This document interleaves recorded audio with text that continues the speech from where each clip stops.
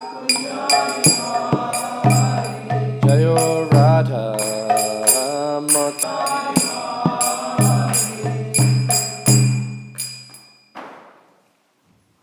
Jayam Vishnupad Paramahamsa Paragraj Jikacharya Ashtatara Sata Shishimad. His Divine Grace A.C. Bhaktivedanta Swami Srila Prabhupada Ki Anantakoti Vaishnava Brindi Ki Grantaraj Srimad Bhagavatam Ki Go Premanand. All glories to the assembled devotees. All glories to the assembled devotees. All glories to the assembled devotees. All glories Sri Guru and Sri Gauranga.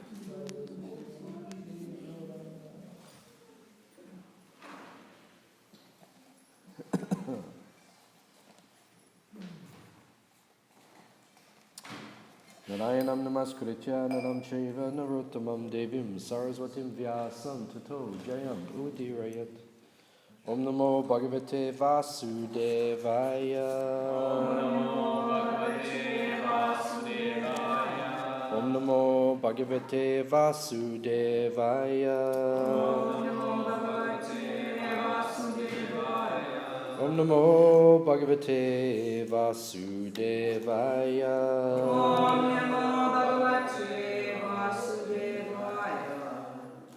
Reading from Srimad Bhagavatam, Canto 4, Chapter 13, chapter entitled The Descendants of Dhruva Maharaj, text number 12. Swavitir vatsarasyeshta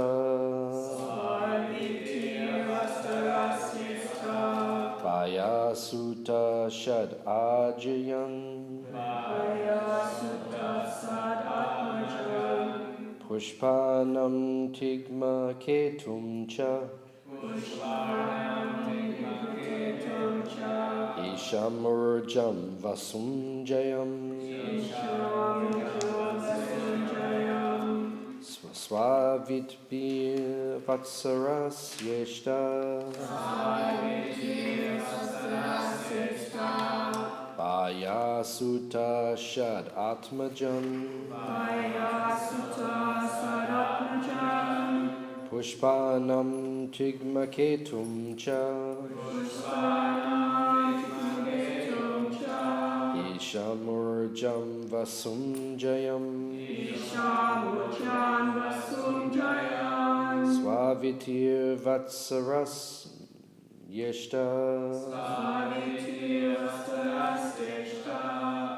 Vaya sutta shad atmajan Pushpanam tigma ketum cha Ishamurjam vasunjayam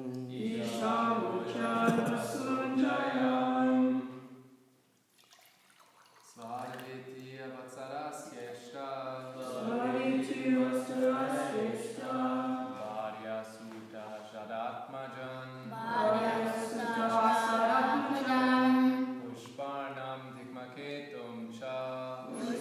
Varya sutta shadatmajan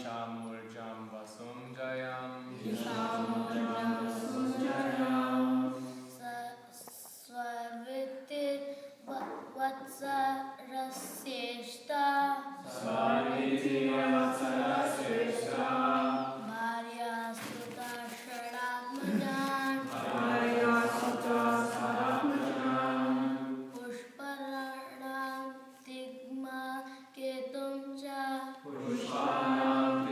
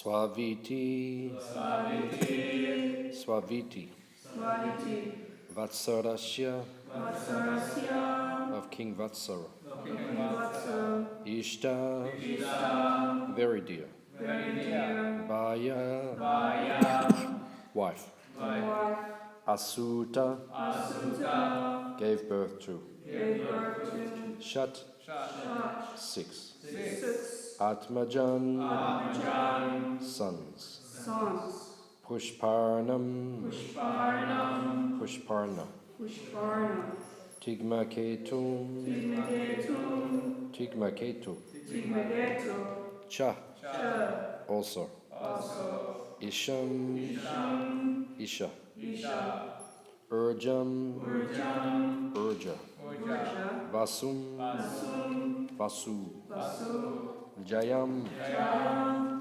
Jaya. Jaya. Translation and purport by His Divine Grace A.C. Bhaktivedanta Swami Srila Prabhupada. King Vatsara had a very dear wife whose name was Swaviti, and she gave birth to 6 sons named Pushpana, Tigmaketu, Isha, Urja, Vasu, and Jaya. Purport. Vatsara's wife is mentioned here as Ishta, which means worshipable. In other words, it appears that Vatsara's wife had all good qualities. For example, she was always very faithful and obedient and affectionate to her husband. She had all good qualities for managing household affairs. If both the husband and wife are endowed with good qualities and live peacefully, then nice children take birth, and thus the whole family is happy and prosperous.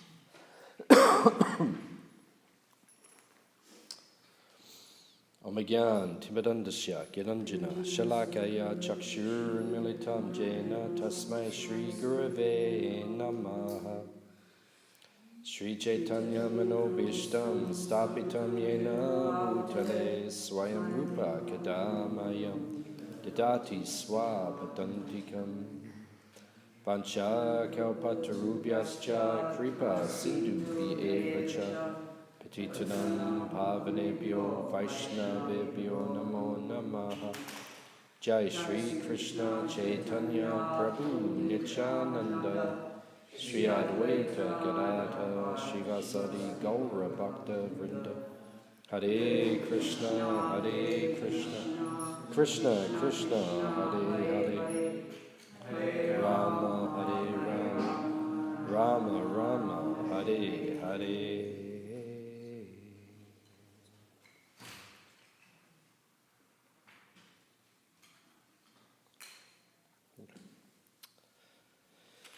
So, this part of the Bhagavatam, we have a genealogical discussion, which means we're hearing about history of dynasties. And many parts of the Bhagavatam are like this. 9th canto in particular, you have like a lineage, a big description. At the end of the Bhagavatam, 11th canto, particularly 12, another description of the lineages. So someone can say, what is the purpose or the necessity of that? You know, sometimes it just goes for verses and verses. We just hear this name and that name and then like that. Because the Bhagavatam is a Purana, and to be a Purana, there are certain qualifications. For any Shastra to be authorized, it has to meet certain criteria. And one of the criteria of a Purana is, Purana literally means ancient or old. So one of the criteria for the Purana means it must discuss the genealogical table, the history of the universe, the dynasties. That's why you'll see in all the Puranas there'll be a description like that. Because it's a historical narrative of the history of the universe. So it will describe different dynasties coming down. Just like in the 9th canto, then we'll hear about the Surya Vamsh and the Chandra Vamsh. So it will describe the dynasty coming from the sun god, and the most prominent member of the dynasty coming from the sun god is Ramachandra himself, Lord Ramachandra. And the most prominent member of the Chandra Vamsh, now the moon dynasty, is Lord Krishna himself. So this is necessary. And then it becomes authorized and qualified. Otherwise, people may read these things and they may not be convinced. They may not understand what is taking place. They'll think, well, what is the context? So the Bhagavatam is an historical narrative, but the history goes back much, much further. It's not like modern history. Modern history, if you go to the educational institutions, if you go to Melbourne University is considered one of the top universities in the world. Right? It's ranked number 27 or something like that on the world. What's it ranked now? 30? Yeah, it's dropped dramatically. It's only 36 or something like that. It's still pretty good. You know, the amount of universities in the world is number 36. It's quite prominent. It's one of the top universities in the world. But if you go into the history department, and if you hear the description in the history department, modern history is only quite accurate going back around about 3,000 years. Right? Even you go back 2,000 years, there's a lot of obscurity. I mean, we don't really know a lot about Jesus. On one level we do. Jesus is one of the most documented people in history. That's why he's so prominent. And so prominent and so powerful, such a shaper of history. He's like, son of God, a direct representative of God coming from the spiritual world, just like Srila Prabhupada.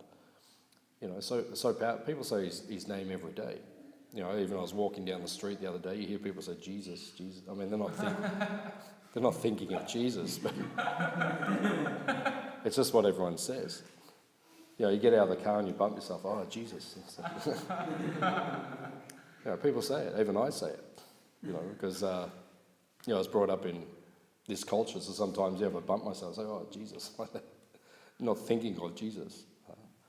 But such a powerful person. But even if you go back 2,000 years to his life, there's still obscurity around it. In the Bible, which is the main body of text discussing his life in the New Testament, between the age of 12 and 30, there's not a lot of mention of his life. That's 18 years of your life. Imagine, we're writing a biography of you, and then 18 years is missing. Right? So then if we write a biography about Prabhupada, Lilamrita, but there's 18 years missing, what was Prabhupada doing? Most likely, and these things can't be proven because we don't have the historical fact, but most likely he was in India at that time. When he was born, wise men came from the east. So if you go east from the Middle East, if you go back, you'll head back towards, you go through Afghanistan, Pakistan, India. So most likely he was in India. And then Prabhupada even said on several occasions he could have been in India. So historically things are not so accurate. And then you go back 3,000 years, we're at the incarnation of Buddha, and then you go back 5,000 years, it becomes totally lost in modern history. They don't talk about 5,000 years or 7,000 years with any confidence or accuracy. So these books which we read are dated from us at being recorded 5,000 years ago. Modern history, some of the historians, when they speak about the Vedic literatures, they say they're 3,000 years old, because it's more within their comfort zone. If you go back another 2,000 years, it was like, 7,000 years ago, they say, there was still people walking around like cavemen and, like this. So, it wasn't developed human society.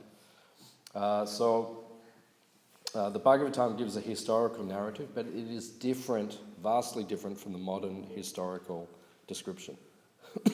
And it's a leap of faith. You have to have... Life is about faith. Spiritual life begins with Shraddha, Adol, Shraddha, which means the beginning is Shraddha, or faith. That's where it all begins. Spiritual life is all about faith. Life is all about faith. Right? We all have faith. Right? We do everything we do based on Shraddha. I'll do this today or that today based on faith. Right? If you don't have faith in something, you won't pursue it. So either you have faith in these descriptions, which are radical, according to the modern context. It's a radical description. I mean, you look at the things in our books, right? Our universe is described, right? It's a big shell, right? And at the bottom of the shell, half of this universe is filled with water from the perspiration of God, who's lying in the bottom of the ocean, the Garbhodaka ocean of the universe, right? Garbhodakshay Vishnu, right? And his perspiration that fills up. So, modern scientists will say, well, then give us the Hubble telescope. We'll look down to the bottom of the universe, right? And you'll see Lord Vishnu lying there. Right? Radical descriptions. And we actually believe these things, right? This is radical stuff. So you have to choose where your faith is. Right? And we choose to have faith in it. We actually believe these things. Right? And then people say, well, why can't you see Lord Vishnu lying? Because you don't have spiritual vision. No? Lord Brahma says in Brahma Samhita, Premanjanaj Charita Bhakti Valochanena. You must have spiritual vision. Then you can see spirit. That's why we could not see Lord Vishnu lying at the bottom of the ocean. And then the materialists will say, oh, that's very convenient. Every time you can't explain something, you say, oh, you don't have spiritual vision. You can't, like that. Well, that's what we believe. That's our understanding. So it's a question of faith. This is where our faith lies. But then equally, they'll say, oh, you guys are just like brainwashed or sentimental. You're fanatics. You believe in all these things which can't be proven. Okay, and we'll say, okay, that's realistic, that's fair. We can't prove it empirically. I can't show you Mahavishnu. I can't show you Lord Nrsimhadev jumping out of a pillar. We believe a lion god smashed out of a pillar, right? And attacked Hiranyakashipu on a different planet millions of years ago. Right? And people say, you people are very nice. This is what you believe. We actually believe these things. Right? But then if you go to the other side, they'll say, well, you believe these things are radical. But then we'll go to what they believe. They believe that they believe that apes gave birth to humans. Equally as radical. Prove it. We found this bone in Indonesia. And if you put this bone, which was 7 meters away from that bone together, it's definitely Neanderthal man, Java man, the in-between, the missing link. If there is a missing link, right, if we were apes and then we became humans, then within the archaeological evidence of the earth, if you dig up the crust in the earth, you should be finding these missing links, these skeletal evidence everywhere. It should be there everywhere. They find everything. No, it's not there. Right? And then Dhrutakama Prabhu wrote a very nice book a few years ago, Forbidden Archaeology. Same as everything else, it's all cover-ups. You can't trust the modern world because they cover up so many things. They're cheating. And we see so many things are coming out now. And they say, oh, yeah, they were cheating. Oh, yes, conspiracies are true. Many of the conspiracies are true. Right? So, forbidden in archaeology, right? They try to point out that Darwin's theory of evolution is correct. And if something doesn't match into that theory, then they remove the archaeological evidence. But the fact is, right, they found remains of humans going back millions of years in the crust of the earth. So the fact is that we believe in one way. They say, well, you can't prove. We say, well, you can't prove either. So now it's a question of faith. Where is your faith? Is it here in the Vedic literatures, in the radical descriptions of the Vedic literatures, or is it in the radical descriptions of modern science and modern civilization? So what are you going to choose? Right? I choose the Vedic literatures. Why? Right? Because the food is better. Huh? Our food's better. Right? You want to... Right? It's a fact. Right? Everything is better in our life. Everything is better. Right? You compare the two. You look at that civilization and our civilization. Right? And you compare that. You've got to have faith in one or the other. Right? Our food is sattvic. Mode of goodness. It is pure. It is prasadam, ultimately. It's offered to God himself, ultimately. Their food is tamasic, rajasic. like that. It is, so you have to choose. Their lifestyle is tamasic. It is rajasic. Ours is full of sattva.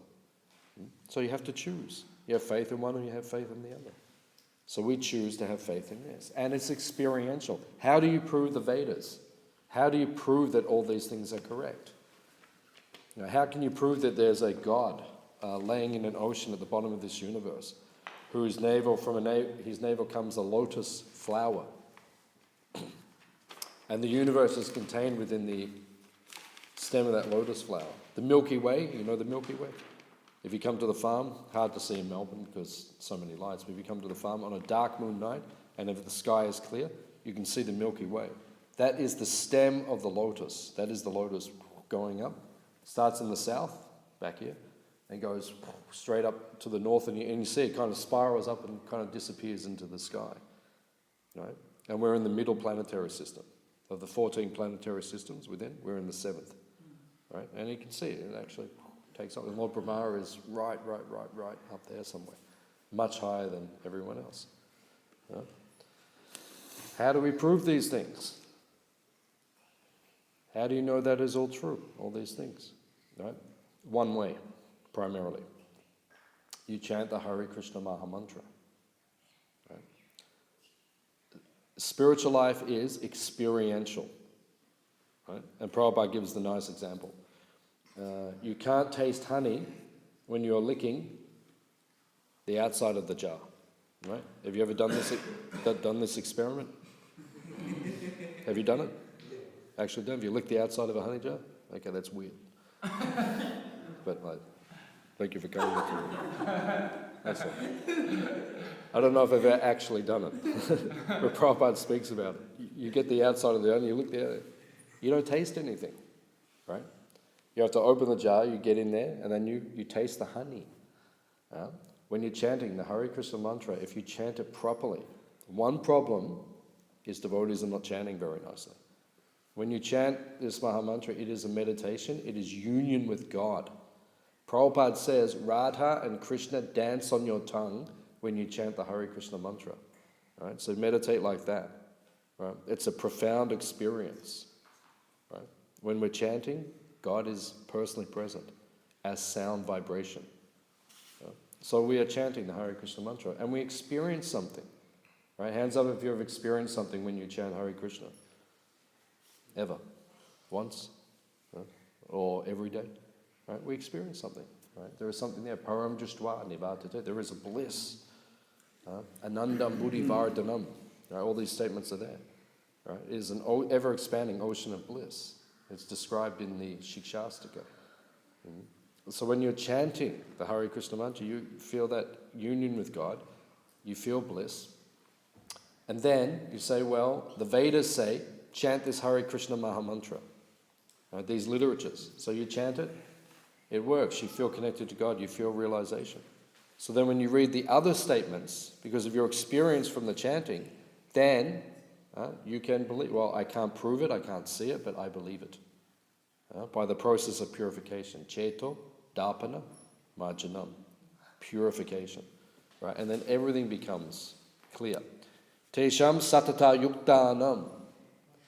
Bhajatam priti purvakam.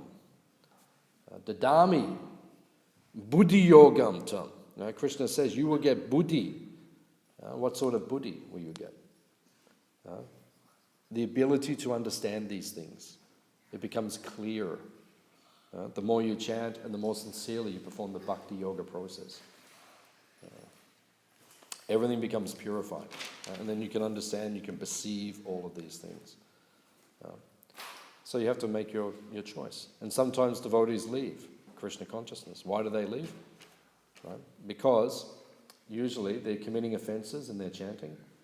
And when you commit offenses in your chanting, you become covered. Right? You're not getting the revelation anymore. You're not feeling Krishna's presence anymore. Right? And then you become disconnected. And when you become disconnected, you lose your taste, you lose your appreciation, and you go away. Right? And then when you go away, what takes place? Right? And then you may doubt these things. Or even one devotee, disciple of Devam Rita Swami. maybe 10 years ago, something like that. Living here in Melbourne in the ashram. But obviously there was something wrong with the practice. I think he's come back now. I think he's practicing again to some degree. But back then, something wrong with the practice. He was saying to me one day, you see these pictures? Krishna has 8 arms, Vishnu, or 4 arms even. 4 arms is enough. You ever seen anyone with 4 arms? I never saw, right? But it says, all our pictures, over there. You got 4 arms or? Many arms, yeah. It's like, multiple personalities. Like his head's coming out and his arms coming out. But, you see. Not in here, but... So, Chatur Bhuj, 4 arms. Shad Bhuj, 8 arms, you see. Descriptions there, 1,000 arms. So this devotee, he said to me, how can anyone have 1,000 arms? What was it like? Because, empirically, do I believe someone could have 1,000 arms? Yes, I do. How? I don't know. Honestly, I don't know. How do you do it? But you're dealing with God. And when you're dealing with God, you're dealing with Achintya Shakti. Achintya means inconceivable potency. Right? Inconceivable. He can do. He can do something which cannot be done, but he can do it. How do you do that? Because you're God. And that's your job description. You can do what Krishna, what can you do? Anything. Oh. Okay, you are God. We accept you. And my Guru Maharaj, Tamal Krishna Goswami, he said one time, when you're dealing with Krishna, you get to a point where you just say, you are whatever you are, but I just worship you. Because if you try to empirically or from the point of your mind, from the point of your intelligence, from the point of your brain, which is that big compared to the size of this universe, it's really not that big. Then if you're trying to understand the totality of creation, of God, it's limited. It's limited. You cannot understand. So you just get to a point where you just say, whatever you are, I worship you. I bow to you. Like that. And that's all we can do. That's Achintya. Achintya means just inconceivably potent. So sometimes devotees leave because they lose faith. They question. And why do they? Because they lose a taste in chanting. And when you lose your taste in chanting, you begin to doubt things. And when you begin to doubt things, then you will move away from Krishna consciousness. So it's being described here that this is, there are descriptions here of dynasties which go back millions of years. Right? And someone say, well, how do you prove it? Yes, because it's recorded by great sages. And it has been passed down for thousands of years. So we can say, yes, it is true. Now, this particular section, these are the descendants of Dhruva Maharaj. Right? A few more verses. Someone's going to turn up who's quite famous. What's his name? Anga, yeah. And then he has a son. Very good, yeah. Vena is going to turn up. So we won't speak about him today because he's coming next week. A few more days, Vena will come. A bad boy. Not good. Pagal. Crazy guy. He was a kid. How old are you? 5 years old? 7. 7? Wow. 7 years old. So he was like 5, 7, like that. He used to go and play with his friends. They're next to a cliff. Right? And you say, oh, what's that? And his friend would look at it and he'd go, push him over the cliff. His friend would die. And he'd just laugh. He'd say, and then go off. And then he killed some other friend. Crazy guy. Right? And he was going to become the king. Right? And then they deal with him later on. You see in the chapter. And then they kill him. The Brahmanas have to kill him because... So, but here, we're hearing the dynasties coming. The sons of Dhruva. And then we're hearing about the dynasty. So, When we study Srimad Bhagavatam, the Bhagavatam is the essence of a devotee's life, actually. Sometimes you lose enthusiasm in Krishna consciousness. Do you ever lose enthusiasm sometimes? Yeah? Yeah? Everyone says yeah, yeah. Sometimes it goes down. Down? No, not like we lose everything, but sometimes we struggle, goes down. Actually, one of the main reasons is because we're not reading the Bhagavatam. If you're in, even say I'm touching it now, even just touching the Bhagavatam is purifying. You don't ever have to lose any enthusiasm, but you have to develop shelter of the Bhagavatam. And Sanatana Goswami gives a beautiful verse in glorification of Bhagavatam. He says, "You are my best friend. You are my master. You are my only shelter." He says all these things. But we should feel like this about Bhagavatam. He's my best friend. Right? Just like I live on the farm, Hare Krishna Valley. Has anyone been there? Hare Krishna Valley? Hare Krishna Valley? Yeah. I live there. I'm the manager, so Hare Krishna. Nice to meet you. Please come and visit us. No? Yeah, okay. Doesn't know yes, no. So, at Hare Krishna Valley. So sometimes people say to me, "How are the cows?" We have 18 cows there. Beautiful cows. Very beautiful. Everyone has a name. And the kids are very peaceful down there at Hare Krishna Valley. Not like the kids in Melbourne. So, people ask me sometimes, quite often, "How are the cows?" Because we're very close to the cows. Because we spend time with them regularly and they all have names. They're part of our family. They all have different personalities. And I always say, when people say, "How are the cows?" I say, they're the only people who don't give me any problems. All of you, some problems. I come to Melbourne once a week and then I get all the problems. I'm not speaking to this one. I'm not speaking to that one. I have to have a meeting today and this is going to happen. Oh my God. So I go back down to the farm just to escape for a week, to get my head back together, and I come back to counsel everyone again. This is the material world. But the cows don't give problems. No, the cows do not give problems.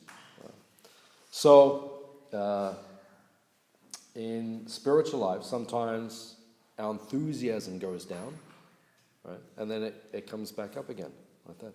So we should feel like this, because in our lives, the Bhagavatam is our shelter, ashraya.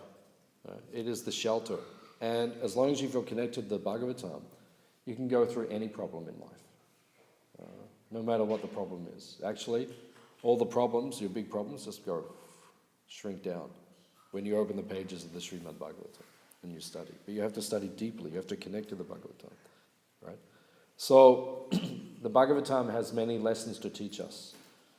Just like when you hear Bhagavatam class, sometimes do you think like it's speaking just to you? Do you ever feel like that? You hear a class? Or sometimes you read and you feel like, it's speaking straight to you. It's almost like, is there someone watching me or something? Sometimes I read, I open up, it's like Prabhupada and his purport is speaking to me directly, what I'm going through, right? It happens all the time. So this is the potency of the Bhagavatam. It is alive. It is because it is Krishna, non-different from Krishna. It is described in the end of the 3rd chapter of the 1st canto. 6 questions are asked in the 1st chapter. What was the 1st chapter called? Questions by the sages. Yeah, questions by the sages. How many questions are there? 6 questions, yeah. And what are the 6 questions? There are 6 questions. Right? Okay, number 6, the last question is, where are Dharma and Jnana, knowledge and religion? Where are they now that Krishna is gone? Right? And then the chapter 2 and chapter 3 are the answers to those 6 questions. Right? So then at the end of chapter 3, that question is answered. Where is religion, Dharma, and where is Jnana, where is knowledge gone now that Krishna has left the planet?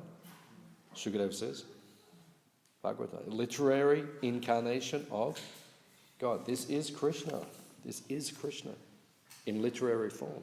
That's why we feel purified, by hearing it. That's why you have to hear every day. Nityam Bhagavata Sevaya. That is your seva, means service. You have to hear the Bhagavatam every day. And you have to stay awake in the class. Right? If we don't stay awake in the class, then what benefit do you get? Huh? What benefit do you get? What was the class about? I'm not sure. No. Who gave class today?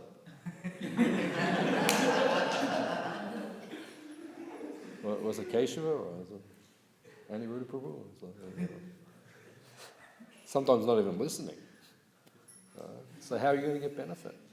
But the Bhagavatam teaches us many, many, many things.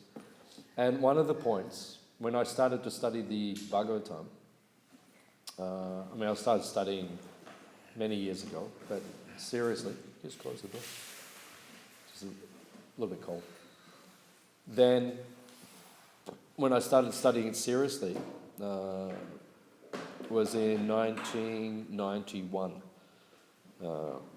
And as a devotee, we look back at our lives.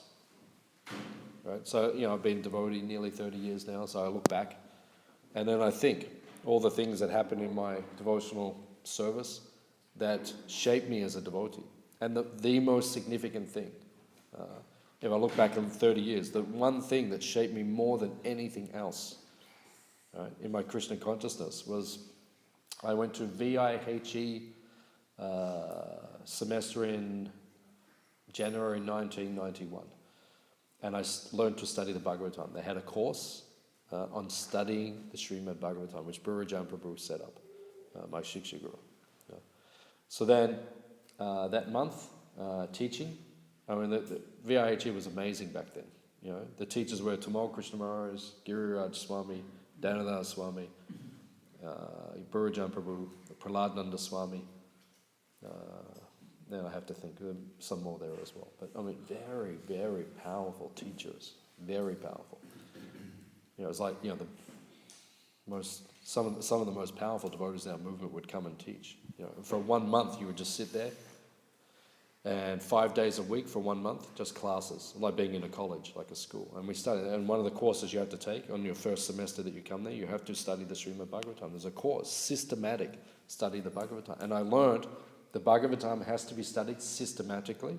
And study means, like, you read it and you take notes and you contemplate it. It's different to reading. Study and reading are two different things, right? So you have to study. That's why we start these courses. That's why Prabhupada said Bhakti Shastri, Bhakti Vaibhava, Bhakti Vedanta, Bhakti Sarvabhauma. We have the courses. They're there for that point.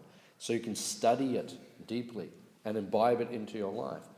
And then, if you do that, by that purification and that constant wisdom and counseling you're getting from the Bhagavatam, you don't have so many problems in your life as a devotee. I see devotees have so many problems, right? And then they come and say, "Oh, Prabhu, I've got some problems. Can I talk to you?" "Yeah, no problem." So we sit down. "What's the problem?" They start saying, "Oh, this." I say, "Are you studying the Bhagavatam regularly?" "Prabhu, I don't read." "Hare Baba." "No wonder your mind is crazy. You don't study, what do you expect?" This is the system. Nityam Bhagavata says it's the system. You have to study, right? So we're studying, right? And if I look back on my life, that was one of the most important things that shaped me as a devotee, right? I learned to study Prabhupada's book seriously, right? And if you do that, you don't have so many problems in devotional service. Life always brings problems, right? Hands up if you don't have any problems in your life right now. Even the brahmacharis don't put up their hands. That's amazing, because Prabhupada said, brahmacharini life, that is the best life. There's nothing better. But even you guys are not putting your hands up, so it means something. But that's the material energy. Material energy means always problems. But if you study the Bhagavatam, it's okay. You can live with the problems. They don't consume you, they don't override you. You have the ability to navigate through it. So one thing we learned when I started studying the Bhagavatam many years ago, one of the key features of the Bhagavatam is it is full of Vedic cultural points, right? How to live properly. Because the main point of the Bhagavatam establishes two things, really. The first thing is that Krishna is supreme. Right? The second thing is that bhakti is the process to reach Krishna. They're really the two principal messages of the Bhagavatam, if you look at the whole Shastra. But then there are many sub-points. These are called Vedic cultural points. Right? How do I do this? Because I'm in the material world. We're in the material world, right? And in 1996, I was a brahmachari. I'm living in the ashram. Right? I was the #1 book distributor in Australia. Right? So I was fully absorbed as a brahmachari, just powering and everything. And then I was listening to a lecture one morning, my Guru Maharaj, and he said, you will not get out of the material world until you realize you are in the material world. Right? And that one line, that completely transformed and changed me. Because I realized I had material, that's why I changed ashram. Because I was a brahmachari, I was very figurative like that, but not enough purification in the heart. So then I realized I'm in the material world, I have this body, I still identify with it. I have to situate myself properly so that I can progress towards Krishna. Right? If you can stay brahmachari your whole life, do it. If you can become a sannyasi, do it. But if your adhikar is grihast, then do that. There is no disadvantage. Prabhupada says in the Gajendra Moksha pastime, just find out. So devotees get so mental. Oh, should I get married? Should I not get? Who cares? Just get married or don't get. Who cares? I don't really care, to be honest. Serve Krishna. Chant the holy name. Absorb yourself in Krishna consciousness. That's the point. I'm grihasta. I've been grihasta for 20 years or something. Yeah, over 20 years now, right? Grihasta. But just serve Krishna. Who cares what colour your cloth is? That's not the important point. The important point is, what is your relationship with Krishna like, and your Guru? That's actually the essence of everything. So here, we're hearing about many Vedic cultural points, because while we're in the material world, you need advice how to live in the material world. Krishna says in Gita, Chatur Vanyam Maya Shishtam Guna Karma Vibhagasha. You have guna, you have karma. You act in a particular way, and you have particular qualities. According to those qualities, which are conditioned, right? They're not your original qualities, they're conditioned, you have to act in a particular way. Right? So now the Bhagavatam is teaching these things. So it says here in this verse, it speaks about the wife of the king. Right? And it says some basic points. What should wives be like? Right? It says they should be faithful, obedient, and affectionate to their husbands. Right? This was many thousands of years ago. But at least one point. Okay, let's just get one point. Faithful. Faithful. Obedient, that's another thing. Obedient is another thing. It means generally. It means, actually, for grihastha life to be successful, there has to be respect. That's how it becomes successful. If there's not respect between the husband and wife, it doesn't work. That's the point. Obedience is another thing. Like my wife, I wouldn't describe her as being obedient to me. Prabhuji, what can I do for you now? Can I cook you some chapatis? Oh, Prabhuji, what sort of sabji would you... No, it's not like that. It's not like obedient. But there is respect. That's the point. And she will follow my lead. But not like, walking behind like, oh, Prabhuji, and, just do whatever you... No, it's not like that. If you want that in this day and age, this is where we have to take the Vedic time and the modern time. And that's where sometimes we struggle. Right? You have to adjust things according to the time, place, and circumstance. Even Prabhupada did that. Like Prabhupada invented brahmacharini ashram. There's no such thing. There isn't even a word in the Vedas. Where is it in Sanskrit? Have you ever read? No? Have you read the Padma Purana? The Vishnu Purana? Brahma Vaivata Purana? Right? Right? The Upanishads? Have you read the Upanishads? There is no word. Brahmacharini.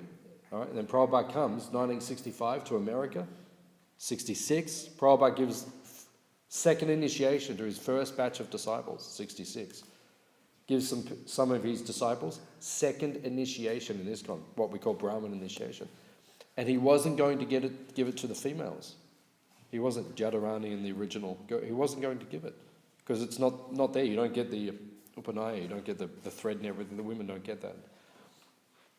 They came to him.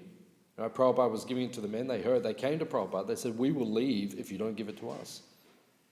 Right? So Prabhupada thought about it very deeply. He said, "Yes, it is different now." Right? So then he gave. Right? Brahminical initiation to the women. That's not there in the Vedas. And then, right, Prabhupada said, you could see women, men. So he said, okay, Brahmacharini. Prabhupada made that. Brahmacharini ashram. Right now we have Brahmacharini ashram. Right? Adjusting time, place, circumstance in the modern age. So the basic point is there has to be respect. That's the point. If Grihastha life is going to work, there has to be respect. If any life is going to work, any relationship is going to work. You know, you're living with the other brahmacharis. Sometimes the brahmacharis are all not getting along and all these things. Right? If you're in the brahmachari ashram, the brahmacharini ashram, and between the brahmacharis they're not getting along, all these things, it's because there's not enough respect. That's the essence of all relationships. You must be respectful.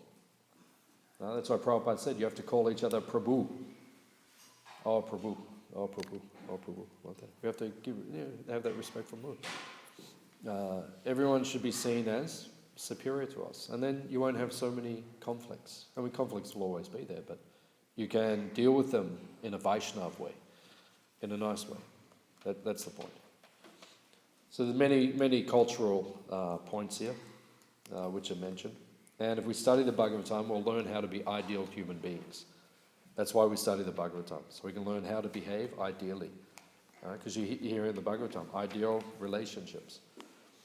Then you can imbibe those qualities, and then you can become a pure devotee. If you become a pure devotee, you can go back to Goloka Vrindavan. Sri Goloka Vrindavan Dhamma Ki. That's why Prabhupada said, go back home, back to Godhead. You want to stay in the material world forever? Hands up. Right? None of us want to stay here. But to be honest, I don't think most of us are working hard enough to get out either. That's just, if you want to evaluate it all honestly. Okay, we don't want to be here anymore. We want to go back and live with God. You think that is cheap? Just like if you want to go to some event in Melbourne, right? So if you want to get into the, sometimes you have to pay thousands of dollars to go to an event, right? Oh, you can go to the, but you have to pay big money. If you want to get to the front of the stage, you have to pay sometimes thousands of dollars. What's his name? Tony Robbins. You know Tony Robbins? No one knows. Okay. Yeah, you know. Yeah, Tony Robbins. Like, it costs $5,000 just to get into a room with him for a week to do a seminar. $5,000. And that's like the low level. The people who want to get close to him and meet him, they have to pay more money. He's a life coach, world's biggest life coach. So then if you want to get close to these people, he just did a event in London. He had 13,000 people there, paying $5,000 minimum to be with him.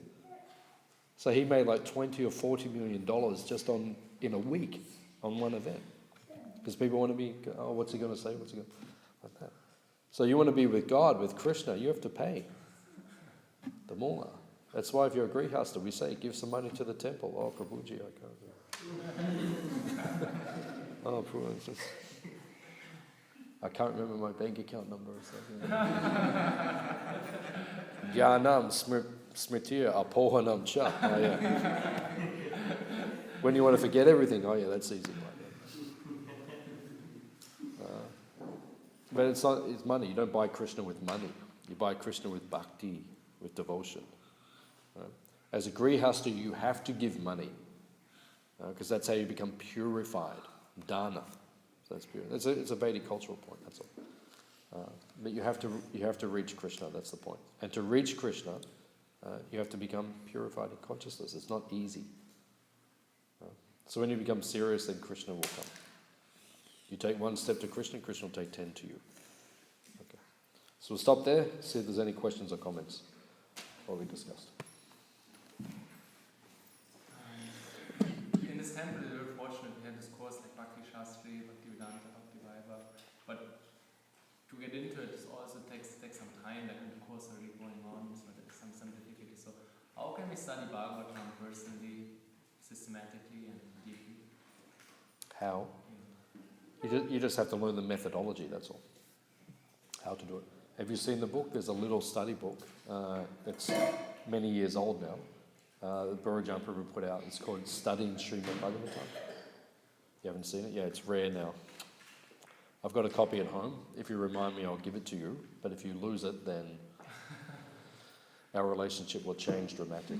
Hare Krishna.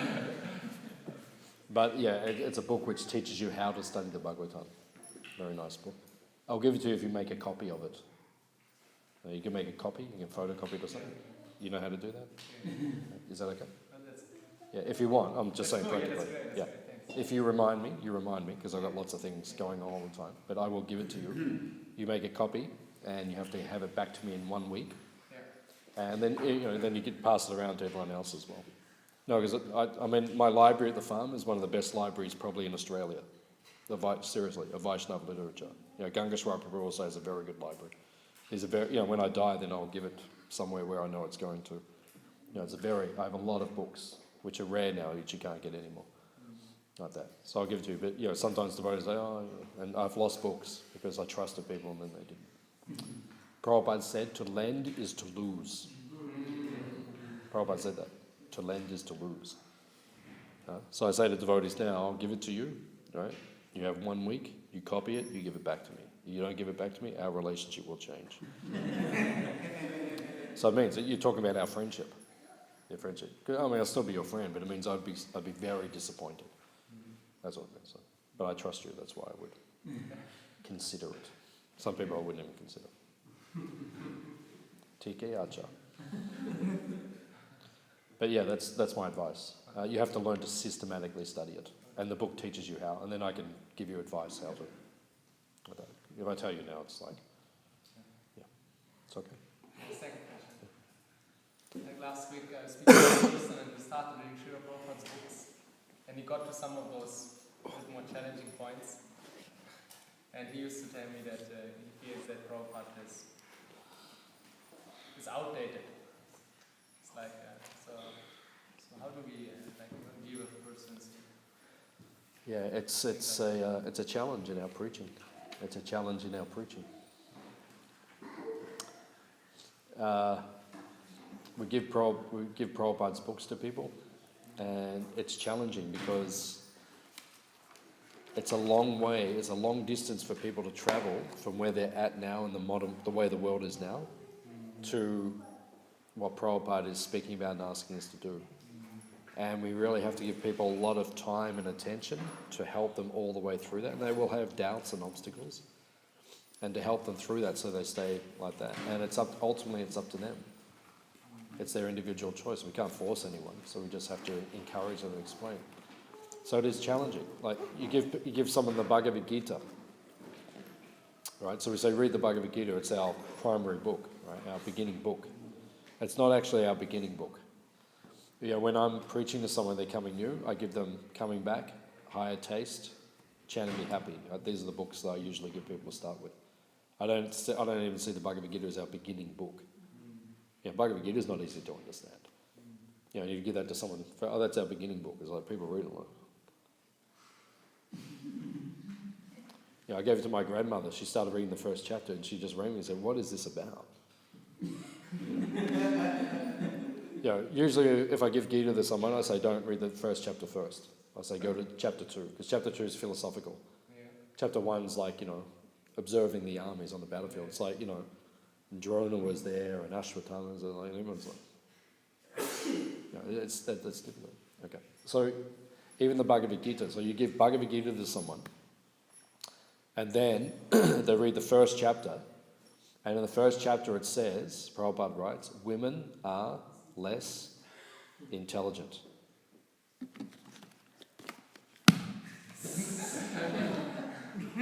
Right? So we just disconnected 50% of the planet. Right? That's a challenge. That's seriously a challenge. I've had many women over the years. Now I have to deal with that. So we have to be able to guide people and explain what that actually means. Women are not less intelligent, right? Many women are much more intelligent. Yeah, half the time I'm dealing with the women, they're much more intelligent than men.